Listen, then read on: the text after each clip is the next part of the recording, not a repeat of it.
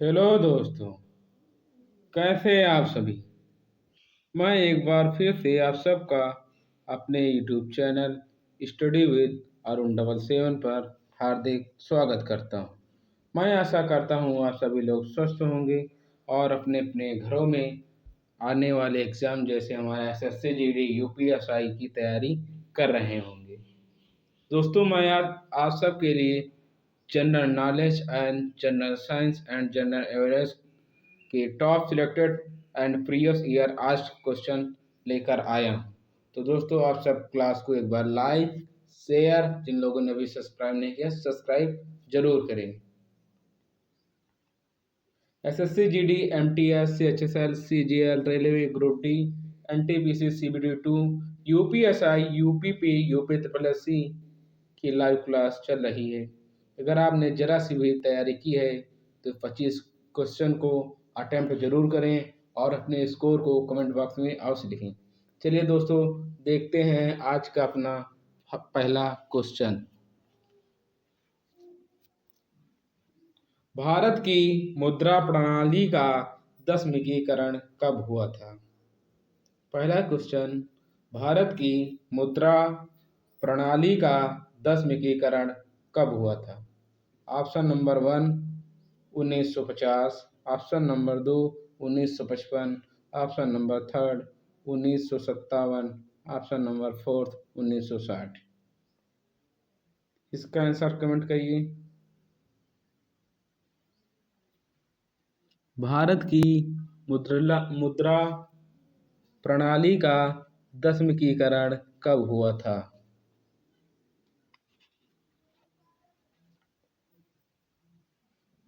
तो दोस्तों, इसका आंसर हो जाएगा 1957, ऑप्शन नंबर 3। अगर इसकी एग्जैक्ट डेट पूछे तो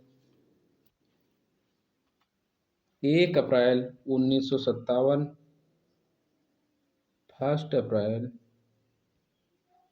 1957 को। 1 अप्रैल 1957 से भारत सरकार ने छोटी मुद्राओं के संदर्भ में चौका प्रणाली, इसके पहले कौन सी प्रणाली थी। चौका प्रणाली,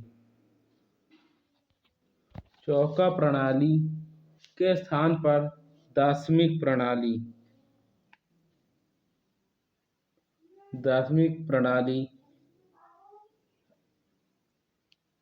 को अपनाया गया। चौका प्रणाली में रुपया आना पाई का प्रयोग होता था। दार्शनिक मुद्रा प्रणाली में वह प्रणाली है जिसमें प्रमाणिक सिक्के 10 के गुणांक में होते थे। जैसे 1 रुपये बराबर 100 पैसे, 1 अठन्नी बराबर 50 पैसे एवं 1 चौनी बराबर 25 पैसे। लेकिन चौनी और अठन्नी अब चलन में नहीं है। तो दोस्तों, देखते हैं नेक्स्ट क्वेश्चन नंबर 2। भारत के संविधान सभा की जब 31 अक्टूबर 1947 को बैठक हुई तो इसके घटी हुई सदस्यों की संख्या कितनी थी। क्वेश्चन नंबर 2 है हमारा। भारत के संविधान सभा की जब 31 अक्टूबर 1947 1947 31 अक्टूबर 1947 को बैठक हुई तो इसके घटी हुई सदस्यों की संख्या कितनी थी। Option number 1 311, option number 2 399, option number 3 299, option number 4 290। इसका आंसर कमेंट करिए फास्ट।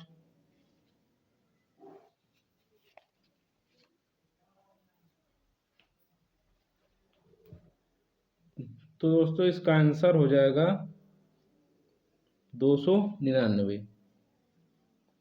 घटी हुई सदस्यों की संख्या 299 थी। देखते हैं अगला क्वेश्चन, क्वेश्चन नंबर 3 यानी 3। कौन सा मौलिक अधिकार विदेशियों को भी प्राप्त है।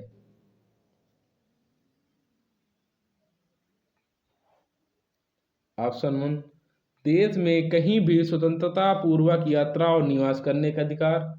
ऑप्शन नंबर 2 धर्म जाति वर्ण लिंग आदि के आधार पर भेदभाव में सुरक्षा का अधिकार। ऑप्शन 3 जीवन और व्यक्तिगत स्वतंत्रता का अधिकार। ऑप्शन 4 उपरोक्त में से कोई नहीं। इसका आंसर कमेंट करिए फास्ट।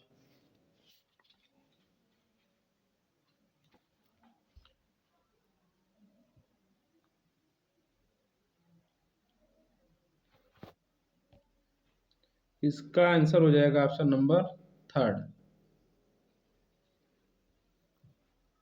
संविधान का अनुच्छेद 21 गारंटी देता है कि वह किसी भी व्यक्ति को, चाहे नागरिक हो या विदेशी, उसके जीवन या वैयक्तिक या व्यक्तिगत स्वतंत्रता से वंचित नहीं किया जा सकता। देखते हैं दोस्तों क्वेश्चन नेक्स्ट, क्वेश्चन नंबर 4। केंद्र में पहली डिजिटल जनगणना के लिए कितनी राशि आवंटित की गई? केंद्र में पहली डिजिटल जनगणना के लिए कितनी राशि आवंटित की गई? ऑप्शन नंबर फर्स्ट है हमारा 4,388 करोड़। ऑप्शन नंबर सेकंड है 3,000 करोड़। ऑप्शन थर्ड है 2,472 करोड़। ऑप्शन 4 है 3,758 करोड़। आंसर कमेंट करिए फास्ट। केंद्र में पहली डिजिटल जनगणना के लिए कितनी राशि आवंटित की गई? तो इसका आंसर हो जाएगा ऑप्शन नंबर डी, 3,758 करोड़। केंद्र सरकार ने पहली बार डिजिटल जनगणना के लिए 3,758 करोड़ रुपए आवंटित किए, जो इस वर्ष आयोजित किए जाएंगे। देखते हैं दोस्तों क्वेश्चन नेक्स्ट, क्वेश्चन नंबर 5। कितने राज्यों संघ राज्य क्षेत्रों में एक राष्ट्र एक राशन कार्ड योजना लागू की गई? Option number 1 32, option second 29, option third 30, option 4 27। Question number 5। कितने राज्यों संघ राज्य क्षेत्रों में एक राष्ट्र एक राशन कार्ड योजना लागू की गई? Option first 32, option second 29, option third 30, option 4 27। इसका आंसर कमेंट करिए फास्ट।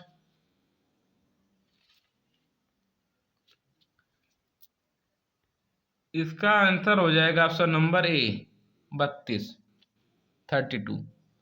राज्यों और केंद्र शासित प्रदेशों द्वारा एक राष्ट्र एक राशन कार्ड योजना लागू की गई, जो कुल लाभार्थियों के 86% को कवर करती। कितने परसेंट को कवर करती?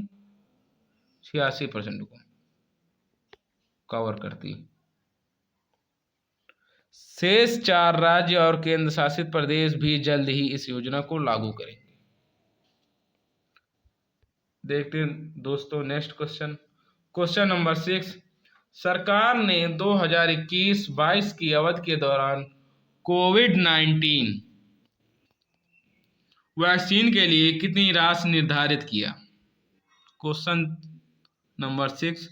सरकार ने 2021-22 की अवधि के दौरान कोविड-19 वैक्सीन के लिए कितनी राशि निर्धारित किया? ऑप्शन नंबर फर्स्ट रुपये 45,000 करोड़। ऑप्शन सेकंड रुपये 35,000 करोड़। ऑप्शन थर्ड रुपये 20,000 करोड़। ऑप्शन 4 रुपये 15,000 करोड़। सरकार ने 2021-22 की अवधि के लिए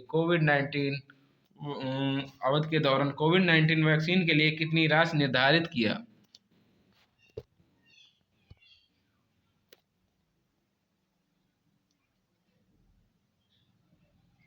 तो दोस्तों इसका आंसर हो जाएगा 35,000 करोड़।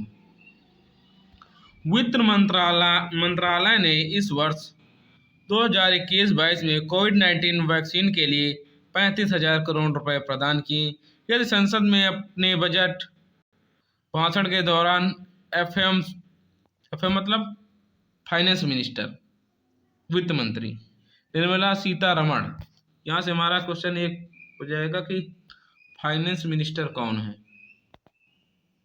फाइनेंस मिनिस्टर आंसर हो जाएगा एन सीतारमण, यानी Nirmala Sitharaman.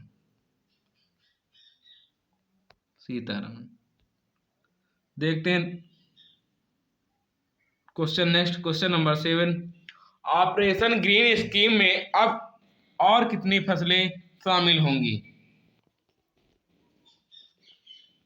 Option green scheme में अब और कितनी फसलें शामिल होगी? Option number 1 15, option second 9, option third 10, option fourth 22। Seventh number question है हमारा, ऑपरेशन ग्रीन स्कीम में अब और कितनी फसलें शामिल होंगी? Option number 1 15, option number second 9, option third 10, option fourth 22। इसका आंसर कमेंट करिए फास्ट।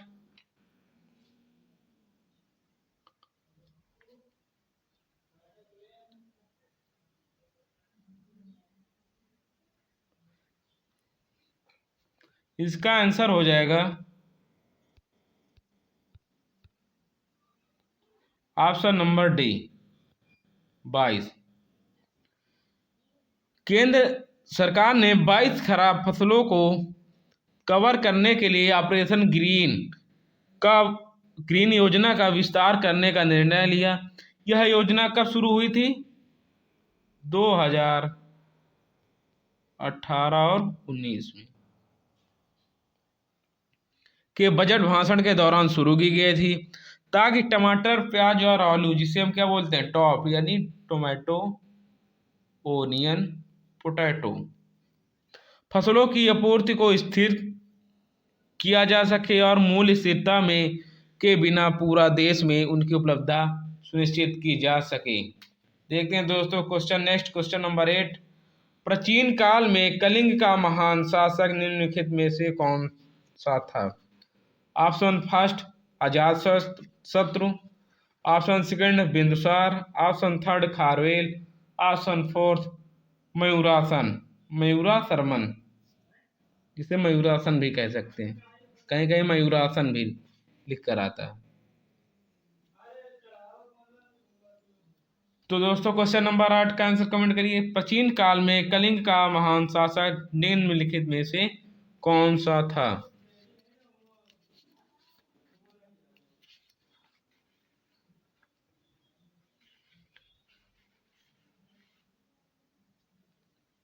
दोस्तों इसका आंसर हो जाएगा option number third Kharavela. Kalinga के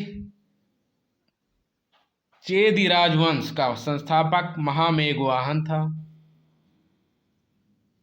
इस वंश का सर्वाधिक शक्तिशाली राजा खारवेल हुआ। चेदी राजवंश का बात करें तो कौन सा राजवंश?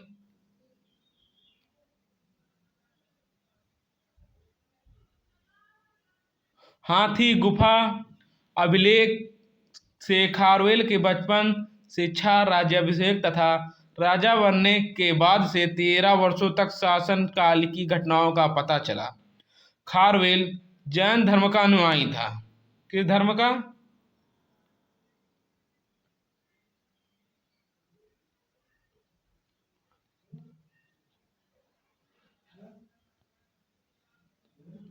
जैन धर्म का अनुयायी था। अपने राज्याभिषेक के 13वें वर्ष में राजा खारवेल ने भुवनेश्वर के पास उदयगिरी तथा खंडगिरी पहाड़ियों पर जैन भिक्षुओं के लिए गुहा विहारों का निर्माण कराया। दोस्तों देखते हैं नेक्स्ट क्वेश्चन नंबर 9। हड़प्पा सभ्यता के उपकरण व हथियार मुख्यतः किसके बने थे? ऑप्शन नंबर 1 केवल पत्थर, ऑप्शन सेकंड पत्थर और तांबा, ऑप्शन थर्ड तांबा, कांस्य और लौह, ऑप्शन फोर्थ तांबा, कांस्य और टीन। दोस्तों क्वेश्चन नंबर 9 का आंसर कमेंट करिए फास्ट, और जिन लोगों ने भी लाइक शेयर और सब्सक्राइब नहीं किया तो एक बार लाइक शेयर सब्सक्राइब जरूर करें।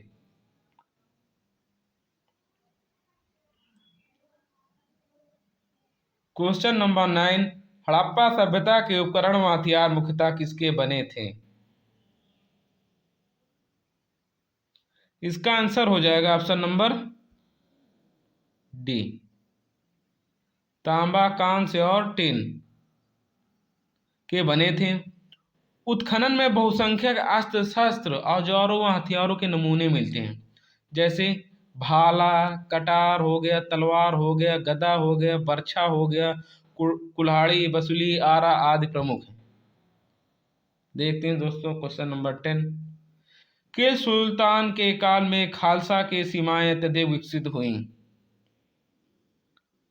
Option number first Ghiyasuddin Balban, option second Alauddin Khilji, option third Mohammad Tughlaq, option four Firoz Shah Tughlaq.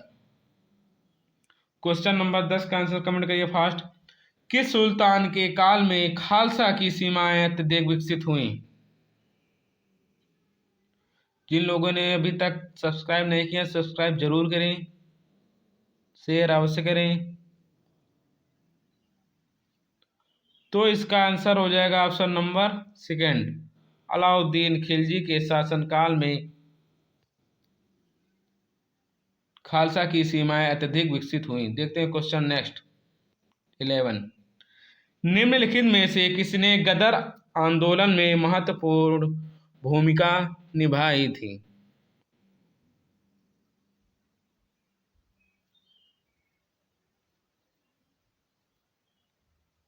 Option first Shyamji Krishna Varma, option second Lala Hardayal, option third Bipin Chandra Pal, option number four Vishnu Ganesh पिंगली।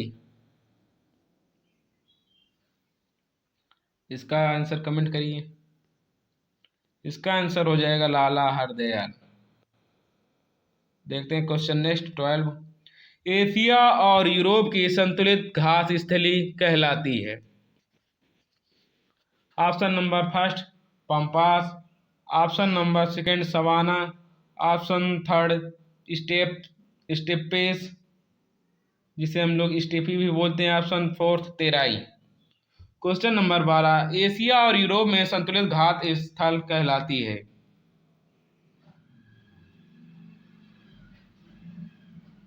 तो इसका आंसर हो जाएगा ऑप्शन नंबर थर्ड स्टेपेस जिसे हम स्टेपी भी बोलते हैं,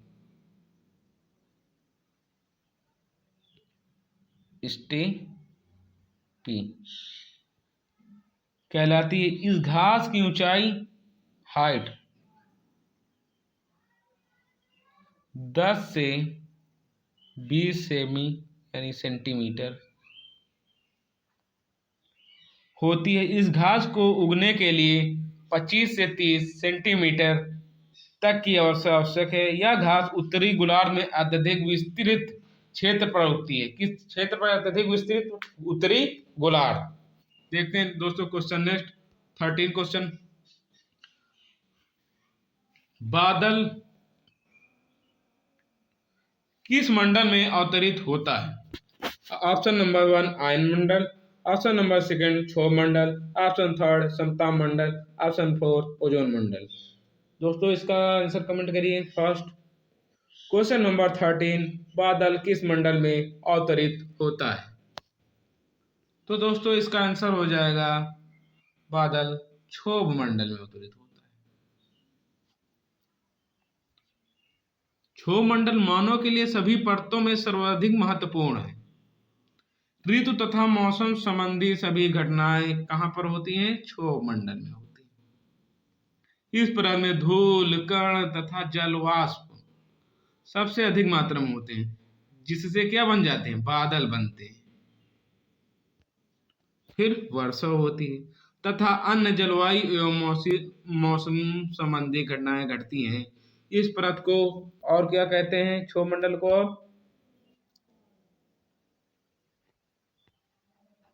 अधोमंडल भी कहते हैं।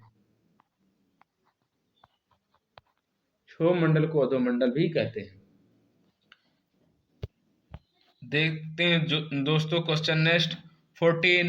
निम्नलिखित में से कौन सा देश नाथुला दर्रा के पार है? Option number 1 Thailand, option number second Myanmar, option third Nepal, option fourth चीन। कमेंट में इसका आंसर लिखिए फास्ट। निम्नलिखित में से कौन सा देश नाथुला दर्रा के पार है?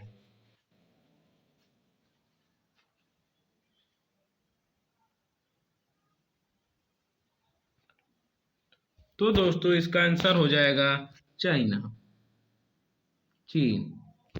नाथुला दर्रा के दूसरी तरफ चीन है। नाथुला दर्रा भारत के किस राज्य में है? सिक्किम राज्य के सिक्किम सिक्किम राज्य के डोगेक्या डोगेक्या श्रेणी, कौन सी श्रेणी में सिक्किम राज्य का डोगेक्या श्रेणी, डो से डडल डोगेक्या श्रेणी में स्थित है। दार्जिलिंग तथा चुम्बी घाटी होकर तिब्बत जाने का मार्ग इसी रास्ते से है। किस घाटी से होकर? दार्जिलिंग तथा चुम्बी घाटी से होकर तिब्बत जाने का मार्ग इसी रास्ते में। देखते हैं क्वेश्चन नंबर 15। निम्नलिखित में से कौन से उद्योग को सूर्योदय उद्योग कहा जाता है, जिसे हम लोग सनराइज इंडस्ट्री भी इंग्लिश में कह सकते हैं? इसका आंसर कमेंट करिए फास्ट। ऑप्शन नंबर 1 लोहा और इस्पात, ऑप्शन सेकंड सूती वस्त्र, ऑप्शन थर्ड सूचना प्रौद्योगिकी इंफॉर्मेशन टेक्नोलॉजी, ऑप्शन नंबर 4 चाय और कॉफी।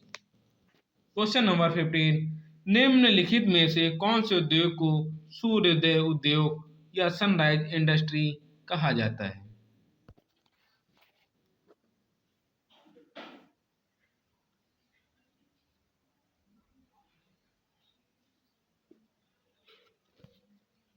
सूर्योदय मतलब सुबह सुबह, यानी सूचना प्रौद्योगिकी।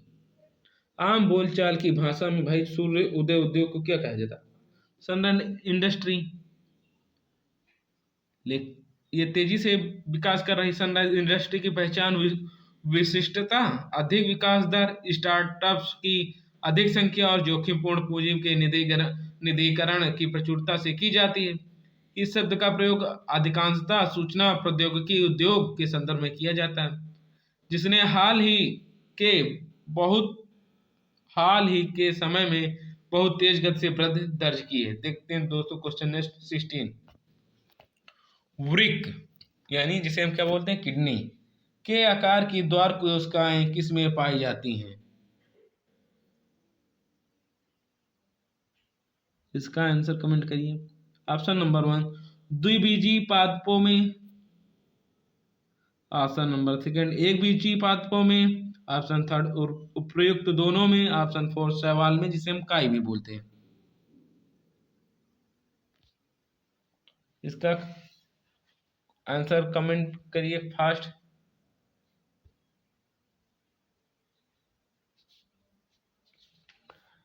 वृक्क के आकार की द्वार कोशिकाएं किस में पाई जाती हैं?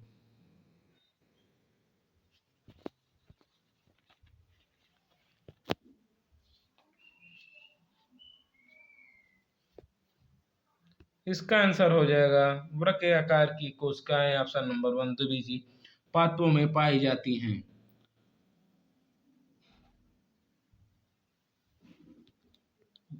देखते हैं दोस्तों क्वेश्चन नेक्स्ट 17। विद्युत क्षेत्र की शक्ति को दर्शाने के लिए अनुकूल इकाई है? Option number first V/C।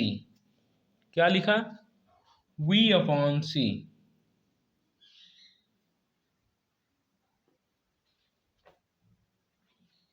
V/C। Option third AM, option second है AM, ऑप्शन थर्ड है C/m²,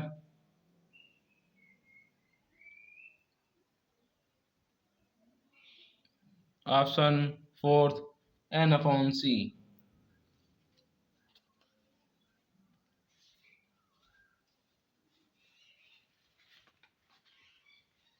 दोस्तों इसका आंसर कमेंट करिए।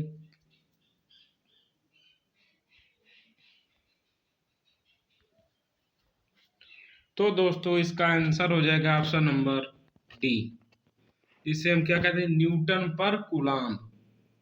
भाई ये वोल्ट पर कूलाम, एम्पियर मीटर, कूलाम प्रति मीटर स्क्वायर, तो आंसर क्या हो जाएगा? न्यूटन पर कूलाम।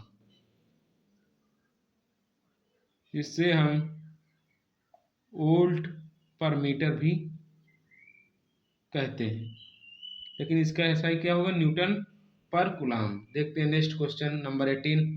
हार्वेस्ट रेन वाटर के लिए फॉरेस्ट पॉन्ड्स का निर्माण कहाँ शुरू किया गया? हार्वेस्ट रेन वाटर के लिए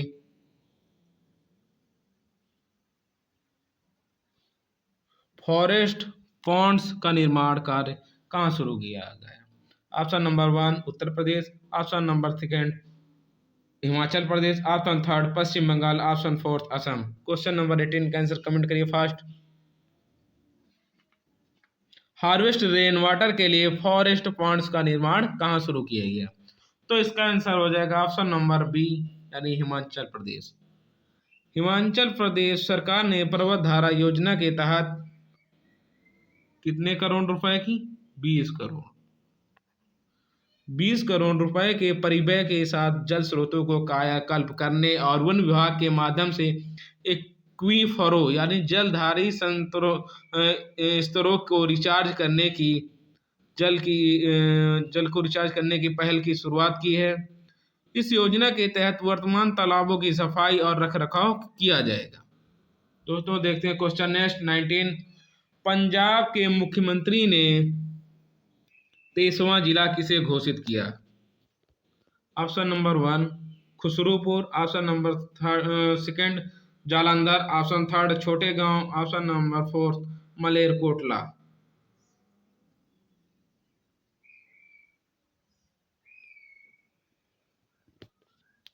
इसका आंसर कमेंट कीजिए फास्ट। क्वेश्चन नंबर 19 का पंजाब के मुख्यमंत्री ने किसे 23वां जिला घोषित किया?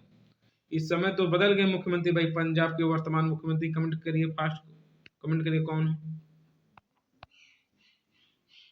भाई हैं? कौन?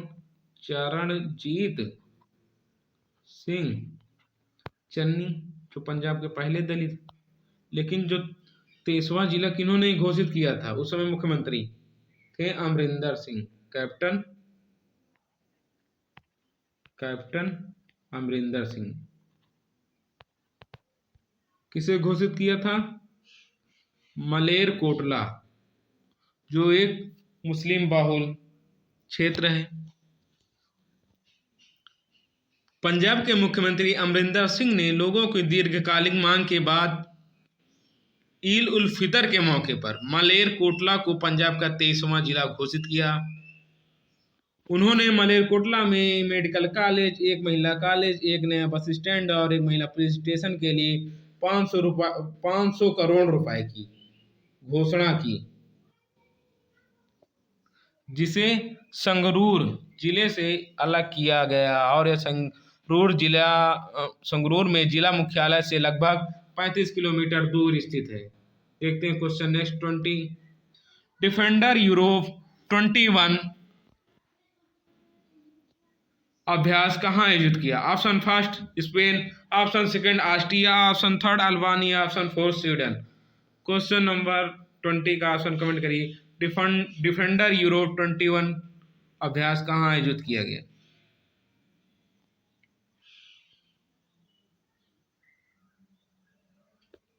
इसका आंसर हो जाएगा ऑप्शन नंबर 3 अल्बानिया।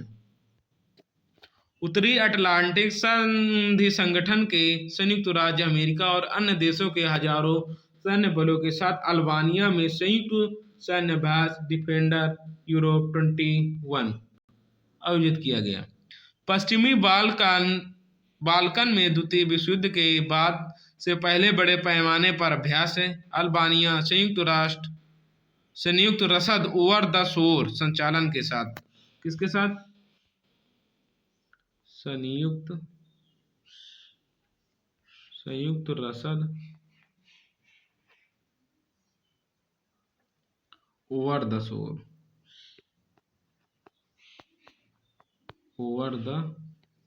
शोर संचालन के साथ डिफेंडर यूरोप 21 अभ्यास में एक महत्वपूर्ण भूमिका निभा रहा है। देखते हैं क्वेश्चन नंबर नेक्स्ट 21। नासा के नए प्रशासक रूप में किसने शपथ ली? इसका आंसर कमेंट करिए fast. Option number 1 Michael Collins, option 2 Bill Nelson, option 3 Floyd McWilliams, option 4 Linda Thomas Greenfield. Question number 21 का आंसर कमेंट करिए फास्ट। नासा के नए प्रशासक के रूप में किसने शपथ ली है?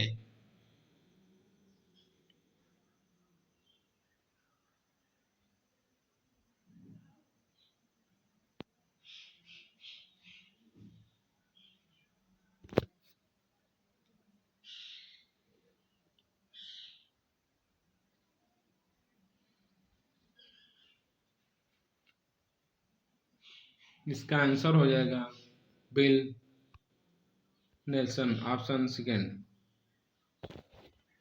पूर्व सीनेटर बिल नेल्सन कौन थे? पूर्व सीनेटर ने एजेंसी के लिए बिडेन हैरिस प्रशासक के दृष्टिकोण को पूरा करने के लिए, भाई बिडेन, जो बिडेन कौन हो गए, यूएसए के प्रेसिडेंट हो गए, और वाइस प्रेसिडेंट कमला हैरिस हो गई।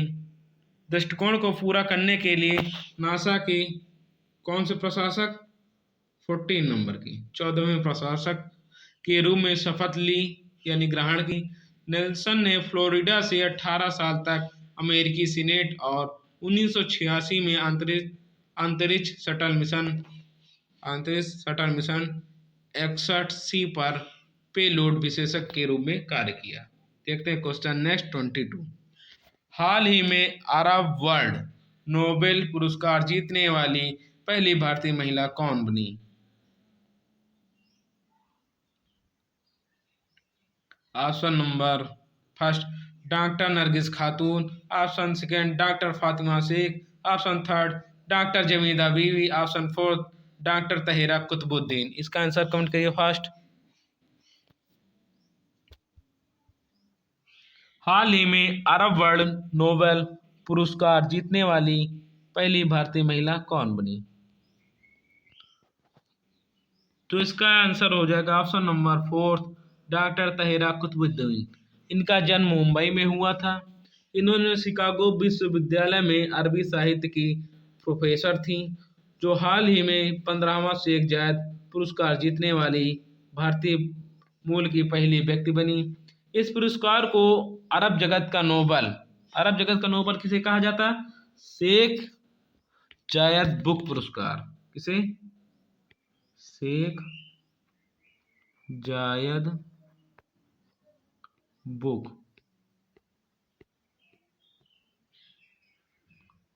पुरस्कार को अरब जगत का नोबेल पुरस्कार कहा जाता है। इन्होंने 2019 में लीडन के ब्रिल एकेडमिक पब्लिशर्स द्वारा प्रकाशित अपनी नवीनतम पुस्तक Arabic oration art and foundation थी इनकी पुस्तक का नाम जान लेते हैं। अरेबिक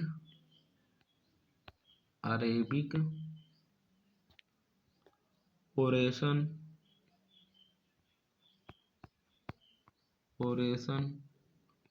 आर्ट एंड फंक्शन इनकी पुस्तक। देखते हैं नेक्स्ट क्वेश्चन नंबर 23। भारतीय वैज्ञानिकों ने MACS 1407 यानी MACS 1407 नाम से किस फसल की नई किस्म विकसित किया? ऑप्शन नंबर 1 मक्का, option number second soybean, option third टमाटर, ऑप्शन फोर्थ गेहूं। क्वेश्चन नंबर 23 का आंसर कमेंट करिए फास्ट। भारतीय वैज्ञानिकों ने MACS 1407 नाम से किस फसल की नई किस्म विकसित किया? तो इसका आंसर हो जाएगा सोयाबीन, ऑप्शन नंबर बी यानी सेकंड सोयाबीन की। जो सोयाबीन की इस किस्म को विकसित किया इसे MACS अगरकर अनुसंधान संस्थान पुणे तथा भारतीय कृषि अनुसंधान परिषद नई दिल्ली। अगरकर अनुसंधान संस्थान कहाँ है भाई? ये तो पुणे में हो गए। अगरकर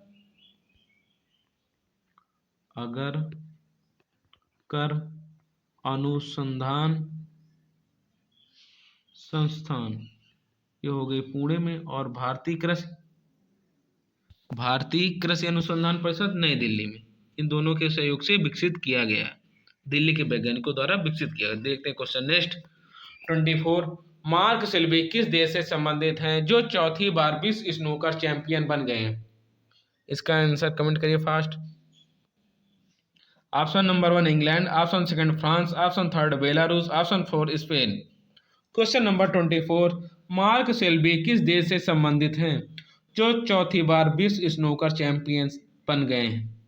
दोस्तों एक बार सेशन को लाइक करिए, शेयर करिए, सब्सक्राइब करिए। इसका आंसर हो जाएगा option number first, England. Mark Selby England के क्रूफीवल थिएटर से फील्ड में चौथी शॉन मर्फी को कितने से हराकर 1815 से हराकर चौथी बार वर्ल्ड स्नूकर चैंपियन बने। ये चैंपियनशिप 17 अप्रैल से 3 मई तक 2020 तक आयोजित की गई थी। मार्क सेल्बी की बात करें तो इन्होंने 2014, 16, 17 और 21 में विश्व चैंपियनशिप जीती। इन्होंने कब कब जीता?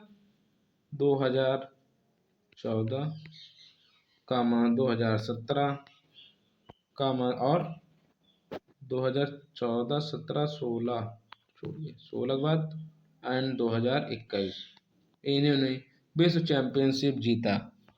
और 2015-19 के बीच 15 और 19 के बीच विश्व का नंबर 1 स्थान मिला था इन्हें। विश्व का नंबर 1 स्थान किसके बीच मिला? 2015 से 19 के बीच में विश्व का टॉप नंबर 1 स्थान। देखते हैं क्वेश्चन नंबर नेक्स्ट 25। यूनेस्को विश्व प्रेस स्वतंत्रता पुरस्कार 2021 सम्मान से किसे सम्मानित किया गया?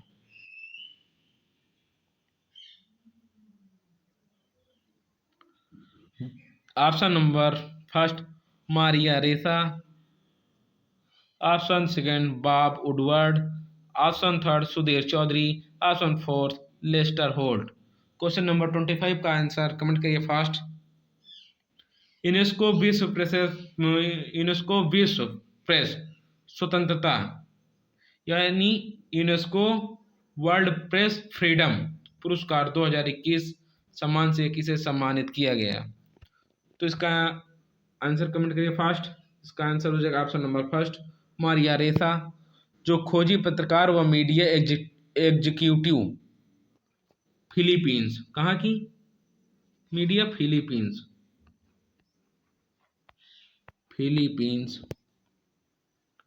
फिलीपींस की मारिया रेसा, जो 57 वर्ष, इनकी एज कितना है? 57 वर्ष, को 2020-21 UNESCO Guillermo Cano World Press Freedom Prize का विजेता चुना गया। इन्हें पत्रकार के रूप में 3 दशक से अधिक समय तक समर्पित काम करने की वजह से चुना गया था। 3 दशक मतलब 30 सालों से लगातार, जिसमें CNN के प्रमुख रिपोर्टर और ABS CBN के समाचार प्रमुख के रूप में इनका काम भी शामिल था। यह वर्तमान में फिलीपीन समाचार वेबसाइट रैपलर की CEO हैं। यह पुरस्कार 1997 में गठित किया गया था। कौन पुरस्कार भाई? यूनेस्को विश्व प्रेस स्वतंत्रता पुरस्कार। और इसमें इनाम राशि कितनी होती? $25,000 की पुरस्कार राशि दी जाती। थैंक्स दोस्तों, thanks for watching my channel study with Arun 77 को लाइक शेयर और सब्सक्राइब करना ना भूलें। तब तक के लिए जय हिंद, जय भारत। मिलते हैं नेक्स्ट क्लास में। अगर आपको क्लास पसंद आई तो लाइक करें, शेयर करें, सब्सक्राइब करें और अपने दोस्तों के साथ भी वीडियो को साझा कर सकते हैं और अपने स्कोर को कमेंट बॉक्स में जरूर लिखें। जय हिंद, जय भारत।